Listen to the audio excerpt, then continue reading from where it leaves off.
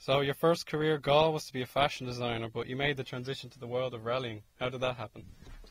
Well, I was a fashion designer. I did all my training, my College of Art at the Irish Design Centre in Dublin, and I opened up a little place of my own, and one of my first clients came in to me, wanted unusual clothes, and I discovered, I mean, I'm talking about the days when, you know, really bright colours and trousers and silk shirts and so on, they weren't really the thing. But anyway, she turned out to be married to a rally driver, and then she decided she wanted to go and do a rally herself. So she just said to me one day, she was one of these women, she didn't talk with you, she talked at you, and said, you are coming down and we are doing the Kilkenny rally. I said, that's great. Now, I knew a bit about it because my dad and my brother, they both raced, but not rallying. So I went with her anyway, and we got out of Kilkenny, the town, the city of Kilkenny, and within about 3 miles, I was meant to be navigating, and she was doing the driving, and within about 3 miles, we were totally lost, up a lane in a bush, and she was so annoyed, and she started to yell and scream at me. So, I mean, I said, I don't know anything about navigation. You know, you didn't even ask. So she said, oh, get out and you drive this blankety blank car. And I said, fine. And so out I got and I drove. And I thought this was great fun, throwing a little, it was a Mini, throwing it around the place, you know, nobody around basically. And so then when we got back near the finish, she got out and said, now I'll drive into the finish. So I think we ended up third in our class or something, which, you know, for first time out I thought was great crack. So then she asked me to go out again, and the same thing, she'd drive out from the start, and then I'd take over, and then she'd drive into the finish. And this went on for about, good 18 months. And this particular day, I mean, people were saying, now this woman's name was Delphine, and she was saying to me that, you know, don't tell anybody you're driving, I'm driving, you're navigating. So anyway, how it all came to an end was that we came around a corner and there was a man in two of the rally drivers upside down in a ditch. And I said to her, we've got to stop. You know, they're probably hurt. No, you're not stopping. Go on, go on, go on, go on. And I said, you know, so I stopped, and one of them had broken an arm, but, I mean, they were okay. But when we got to the finish anyway, it transpired that, you know, it wasn't Delphine driving at all. It was that tall blonde one was driving, and it was only then it came out that I had been doing all the driving. And we'd won quite a lot at that stage, so she was very annoyed about it. I didn't mind one way or the other. I enjoyed it, and, you know, it wasn't costing me, well, it didn't cost me very much. It cost me a bit, but not a lot. And it sort of went on from there. But it took precedence over the dress designing, obviously, because the thought of standing in a workroom, you know, telling machinists what to do, or flying around the country in a car, I mean, there was no question which one I wanted to do.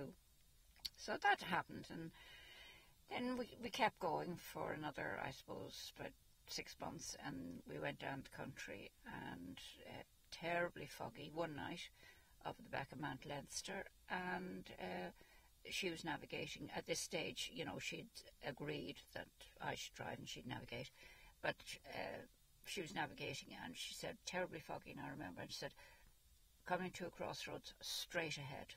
So we went straight ahead, except it wasn't a crossroads, it was a T-end.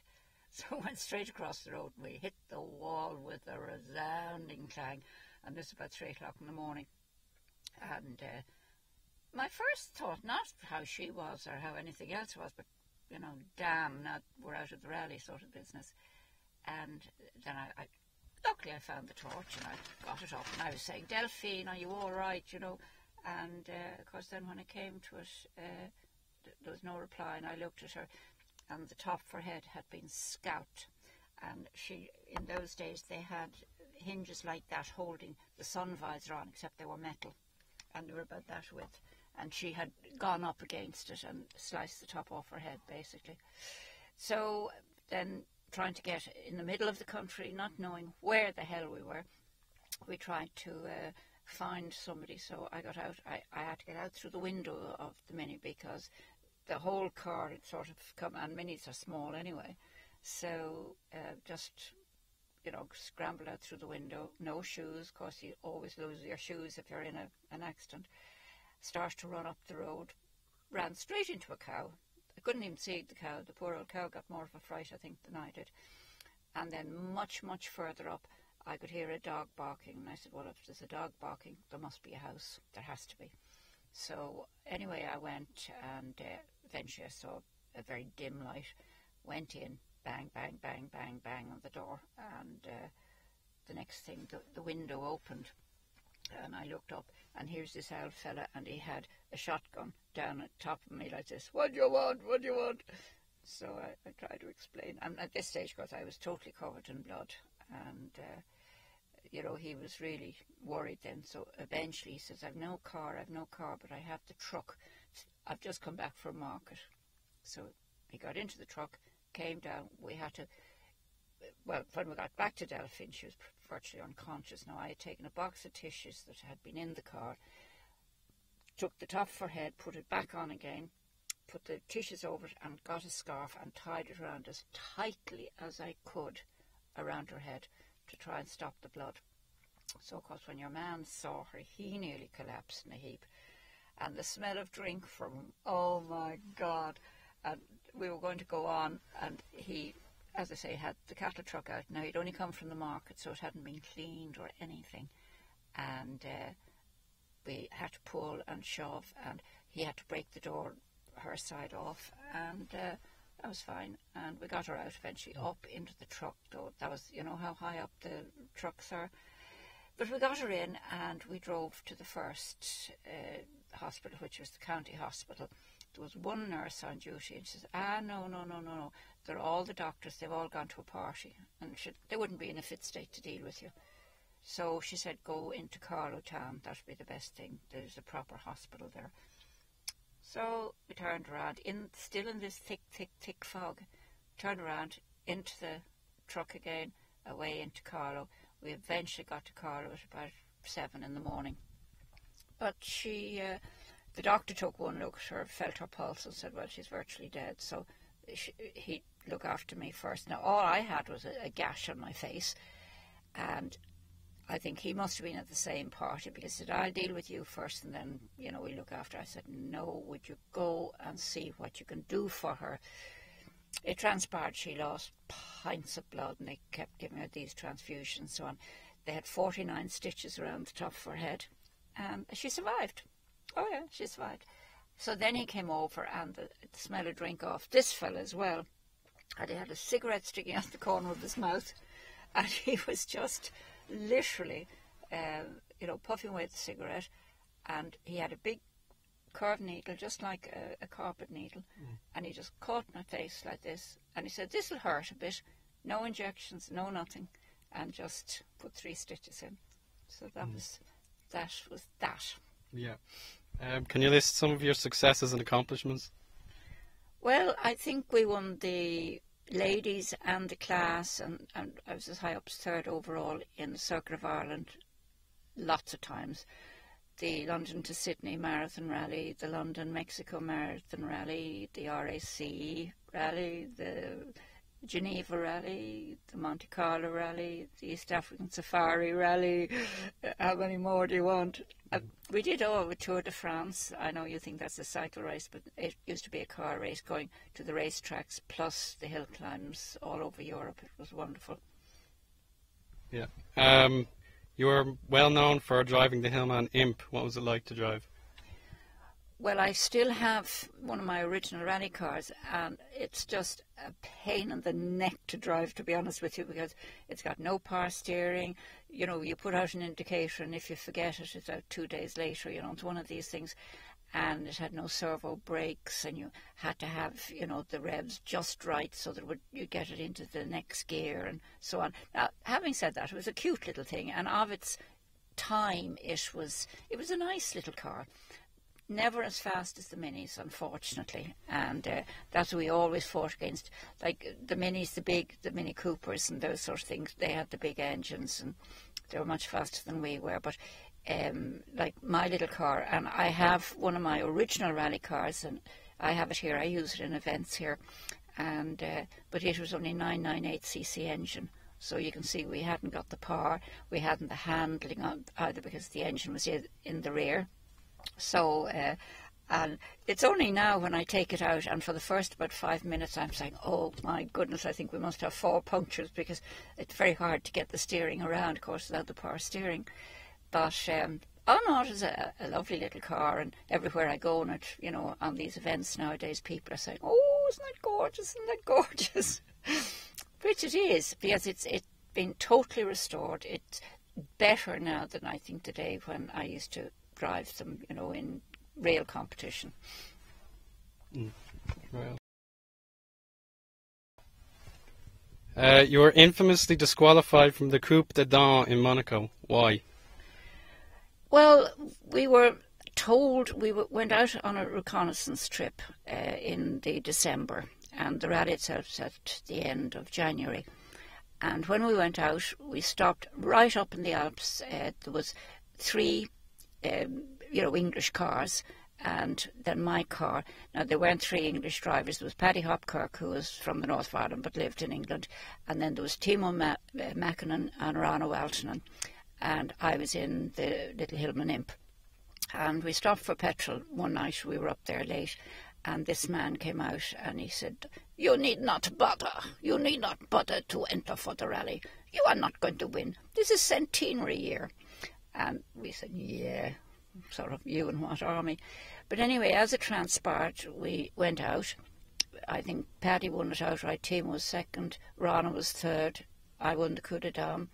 And we thrilled with ourselves, and we were sort of like, ha ha, and they told us we wouldn't win. And during that night, we were all out celebrating and so on, and we got word that we'd all been disqualified, because the French authority said that the headlights should be at a certain level, and ours were too high by a fraction of an inch. They had to find something to get us out. And that year, the woman, she didn't even finish in our class. She was in a Citroën, of course, French car. She won the Coup de Dame. And then I think there were another Citroën was first, maybe 2 Citroëns. The 2 work Citroëns were first and second. And some other French car, Lancia is Italian, of course. But anyway, we didn't win. We were disqualified. But they did not realise the implication it was going to have on the rally and on themselves, because the following year, none of us did it. None of the English competitors did it. None of the people driving English-made cars did it. And it really went downhill. I mean, now it's not a rally that anybody puts great store on. They put more store on Tour de Course or the Safari, which is a very difficult event. But they were very stupid. But they wanted to win it, and they did. Is it true that you were excluded from the Le Mans 24-hour? Yeah, that was a long, long time ago, and it was actually very clever of the competition manager for the Roots Group. I only met him in the January in Monte Carlo, and he had said, oh, I think this year we'll enter you as a reserve driver. Now, they had 2 cars running in Le Mans, and they always had a reserve driver because it was a 24-hour race. So he said, we're going to put you in as a reserve driver. So I thought, this can't be bad. So I was entered, and the cars were there. And I mean, I didn't even get to practice. So went across, and there was great excitement, you know, and the photographers, and, you know, it was good fun. But anyway, it started like on Saturday, and then it finished on Sunday. It went 24 hours, right overnight. And on the Friday, I think it was, we had to go in, maybe it was the Thursday, to have a medical, because everybody must have a medical in case their heart's going to give out, or, you know, they're going to have something wrong with them. And they had this big room, and I heard, you know, enter. So I went in, and this very nice looking young doctor, now he hadn't turned around to see who'd come into the room, but all I could hear was, drop your pants, please. Just check the time. Yeah. So he said, drop your pants, please. And I went, what? And he swung around. Absolutely. What are you doing here? And I said, I'm a driver. You know, women? No women. And he went into a frenzy. So he, out, out, out, out, out. And he said, what's your name and what car are you driving and all this sort of carry on. And I told him. He said, oh, no, you're not.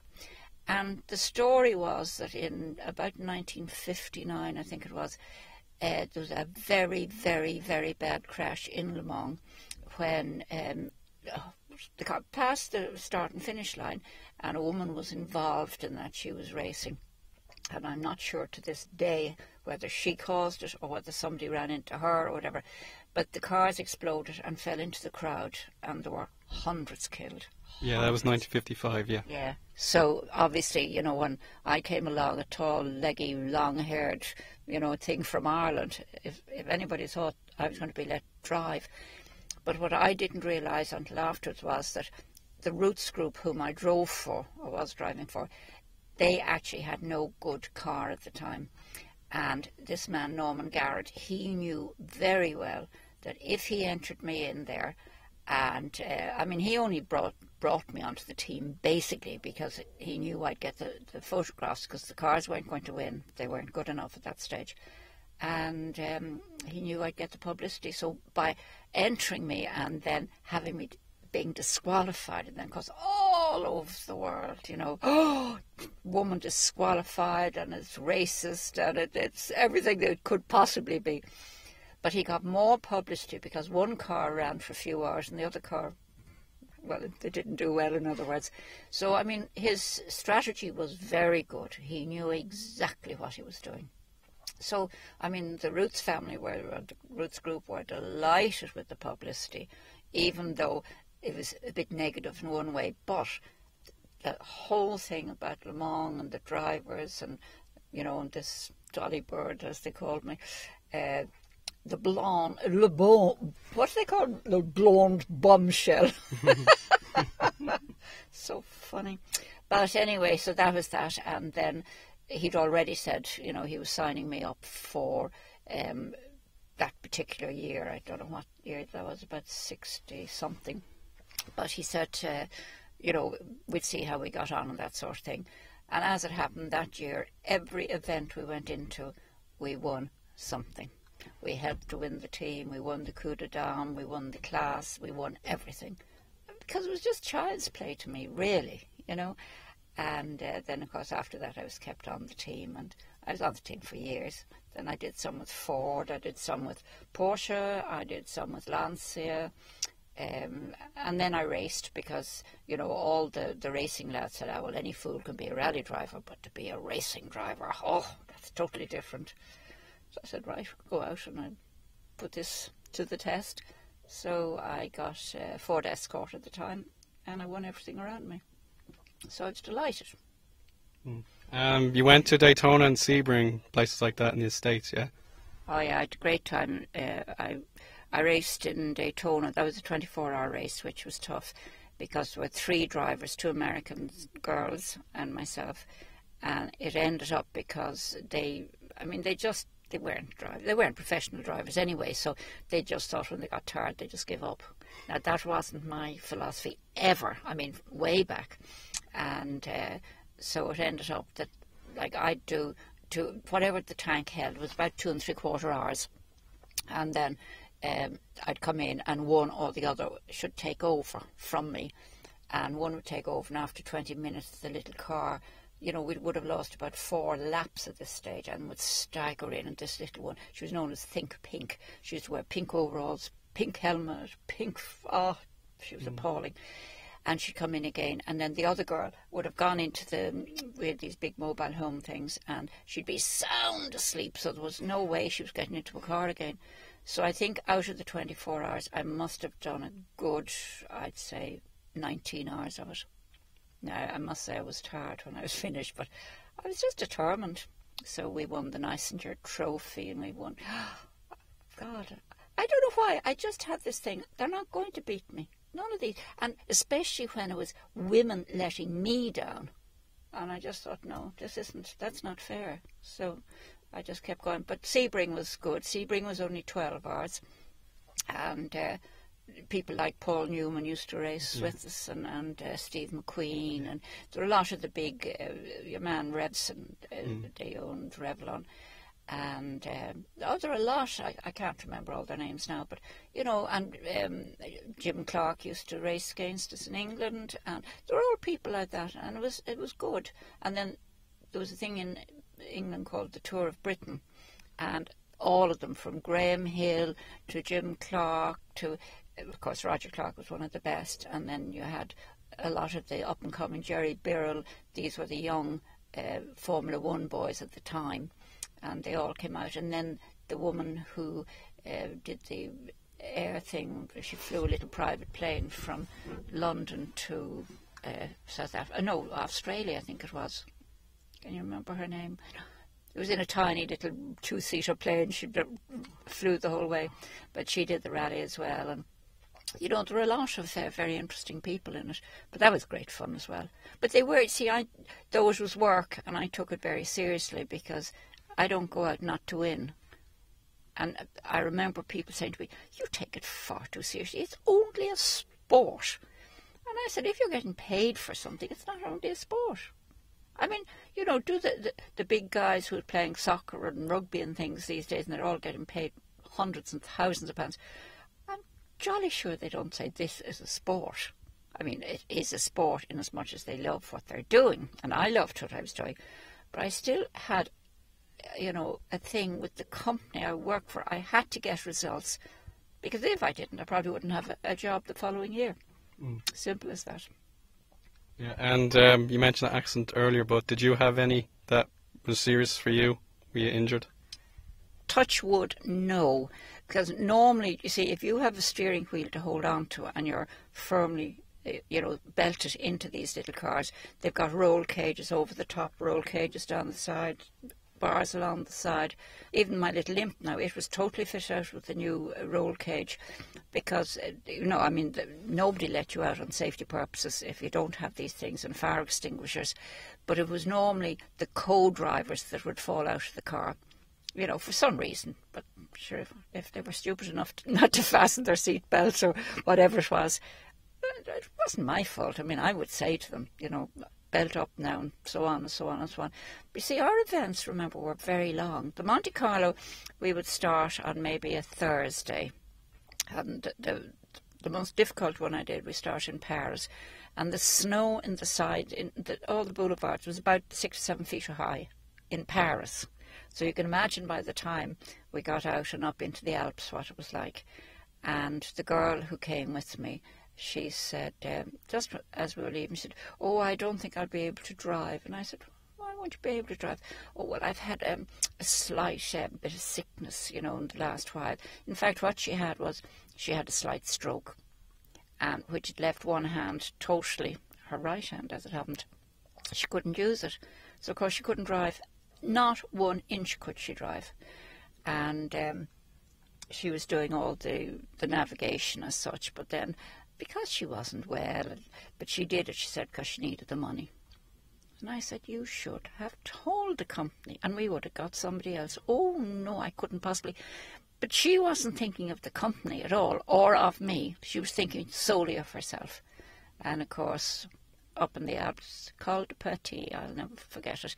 And we went up, and there was a car in front of us, and I was watching it again, 3 o'clock in the morning. It's when your body is at its lowest ebb. It's between 3 and 4, basically. And when we went up, we were following a car ahead of us, again in fog.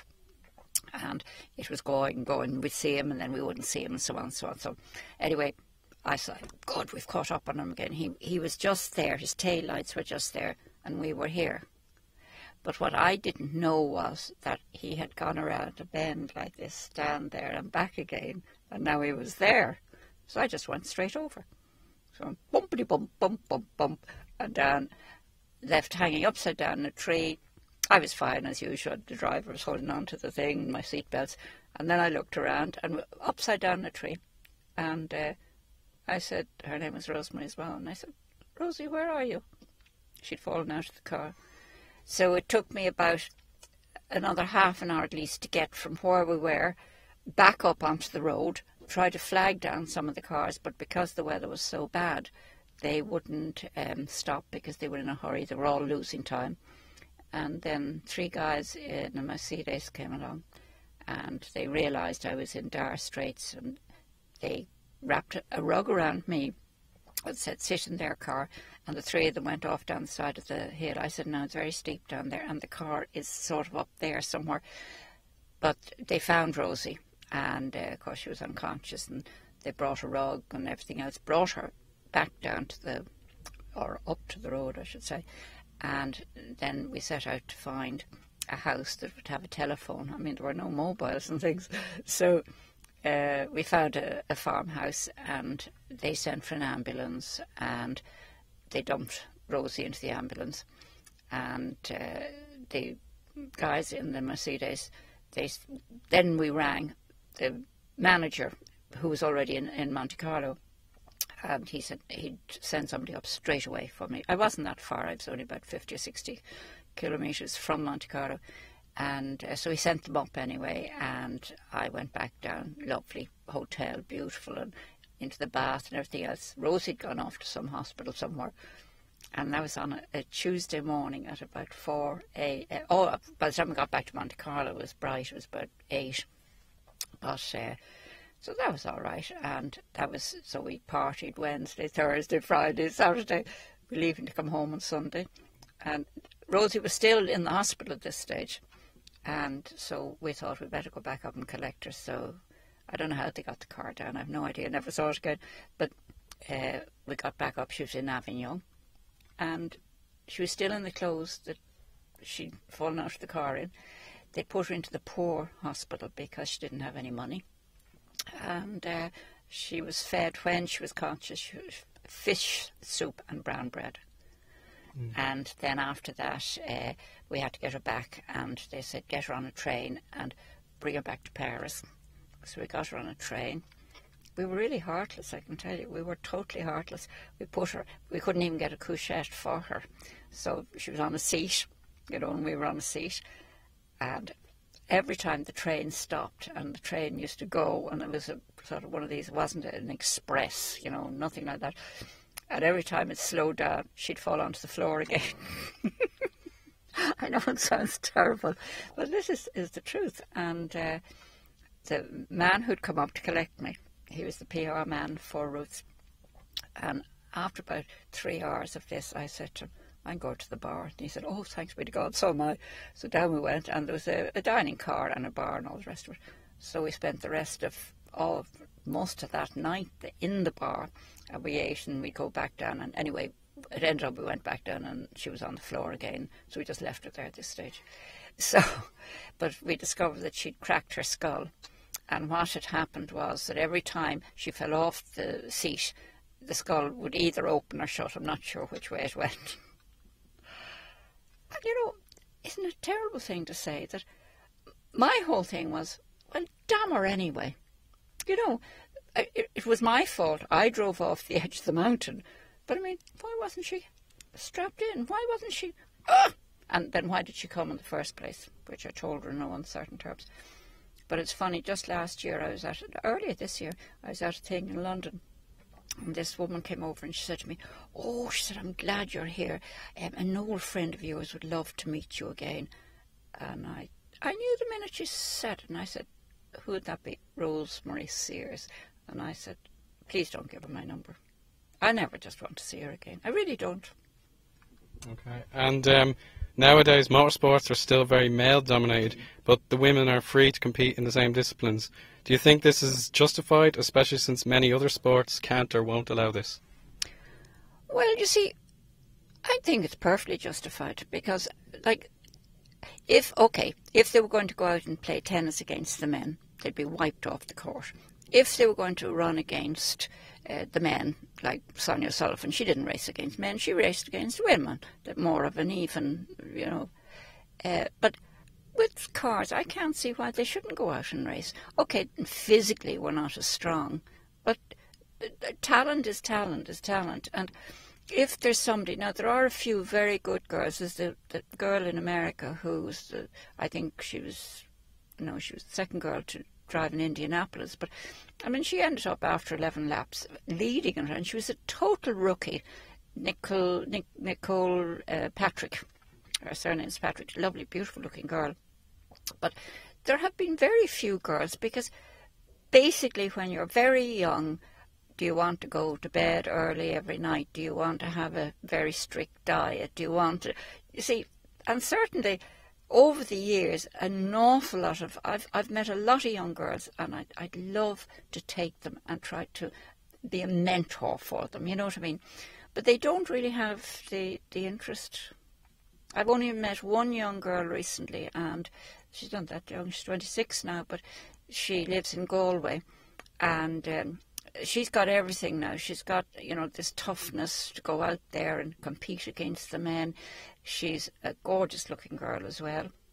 And, you know, I said to her that I would, anything that I could get for her to do, whether it's only working with a you know, a team that she could get in and then get her chance, I certainly would. So that's what we're trying at the moment. But no, I don't see why they shouldn't compete against them. Now, not in Formula 1.